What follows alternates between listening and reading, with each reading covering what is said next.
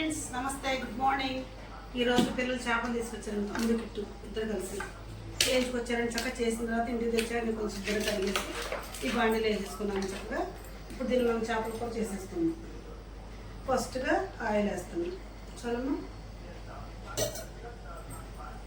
Next వచ్చేసి వెల్లిపాయ, అల్లం, పచ్చిమిరకాయలు, ఉల్లిపాయ పేస్ట్ పెట్టేస్తాను.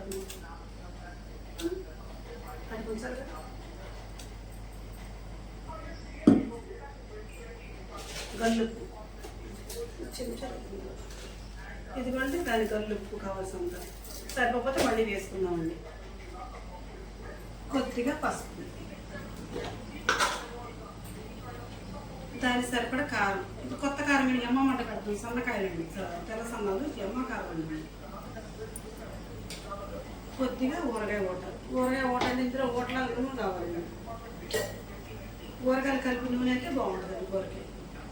ఇందులో నిన్న తొక్కుడు పత్ర తీసిన కొంచెం ఆయిల్ వేద్దామని మర్చిపోయాను. ఇదిగోండి, ఇప్పుడు ఇందులో ఓటని మనం వేసుకున్నాము.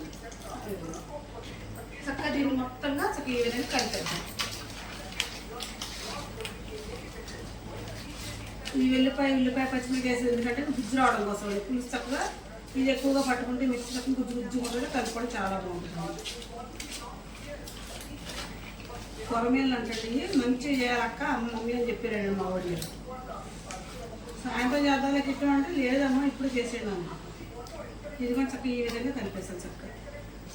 మా అక్క వాళ్ళు అయితే అండి ఇట్లా కలిపట్టు ఉంచేస్తారండి ఫ్రిడ్జ్లో. సాయంత్రం దాకా నుంచి ఇట్లు పెట్టాక అప్పుడు చింతపండు పూసుకోవద్దు. ఏదో గుచ్చుకొని గదిలో ఇప్పుడు పులుసు ఇందులో పోసేసుకుందామండి. ముందేంటి ఎవరు చేస్తారు కానీ బయట చేయించుకొచ్చారు, ముందే ఉన్నాడు బయటలో. చేపలు గుచ్చుకోకూడదండి.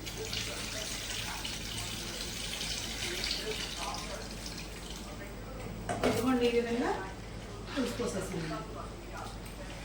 మునిగే వరకు పోసుకొని పైన పెట్టేసుకున్నాం.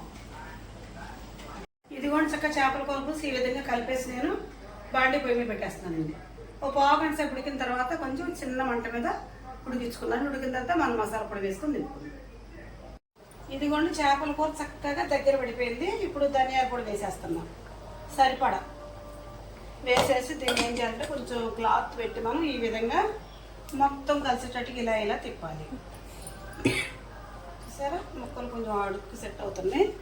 కదిపితే కరెక్ట్గా ముక్కలు పీకడ అయిపోతాయని చెప్పి గుచ్చుకొస్తాయని చెప్పి కదపట్లేదండి. ఈ విధంగా చేసేస్తాం. నేను సిమ్లో పెడదామండి. నేనైతే చేపల కూర ఈ విధంగా చేసుకుంటాను. నేను చేసే విధానం మీకు నచ్చితే ఒక లైక్ ఇవ్వండి. Please subscribe.